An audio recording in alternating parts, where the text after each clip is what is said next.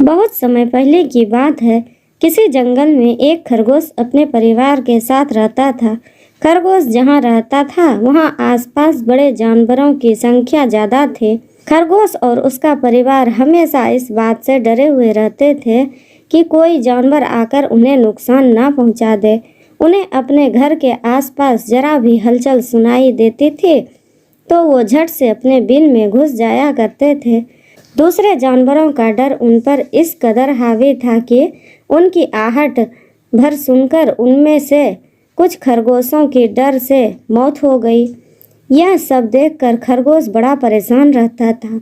एक दिन घोड़ों का दल उनके घर के पास से गुजरा। घोड़ों की आवाज़ सुनकर सभी सहम गए और हमेशा की तरह अपने बिल में छुप गए।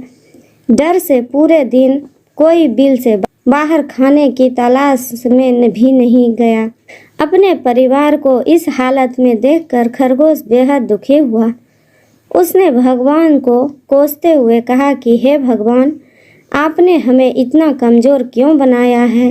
इस तरह जीने का क्या फ़ायदा जिसमें हर दिन अपनी जान को लेकर डर और भय बना रहता है।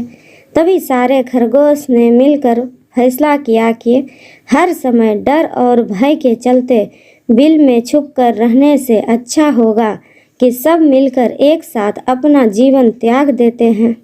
सभी खरगोश इकट्ठे होकर आत्महत्या करने के लिए नदी की ओर निकल गए।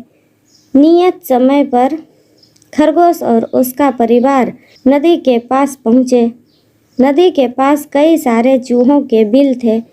जब चूहों ने खरगोशों को आते देखा तो वो सभी डर गए और इधर उधर भागने लगे। कुछ चूहे बिल में घुस गए तो कुछ नदी में गिरकर मर गए। चारों तरफ अफरा तफरी का माहौल था। ये पूरा वाकया देखकर खरगोश दंग रह गया। उन्हें इस बात का यकीन नहीं हो रहा था कि उन्हें देखकर भी किसी में दहशत हो सकती है।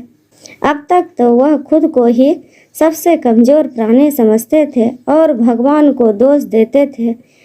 अब खरगोश को समझ में आ गया कि भगवान ने दुनिया में अलग अलग खासियत के साथ जीव जंतु बनाए हैं, जो जैसा उसे वैसे ही स्वीकार करना चाहिए। अगर किसी में कमी है तो उसमें कुछ गुण भी है। हर किसी में एक जैसे गुण नहीं हो सकते। ये समझने के बाद खरगोश और उसका परिवार घर वापस लौट गए। कहानी की सीख: प्रकृति ने सभी को शक्तिशाली बनाया है, बस फर्क इतना है कि सभी अलग अलग क्षेत्र में अव्वल होते हैं। इसलिए हमेशा कमजोरी से भागने की जगह उसे ही अपनी ताकत बनाए रखें। थैंक यू दोस्तों, धन्यवाद।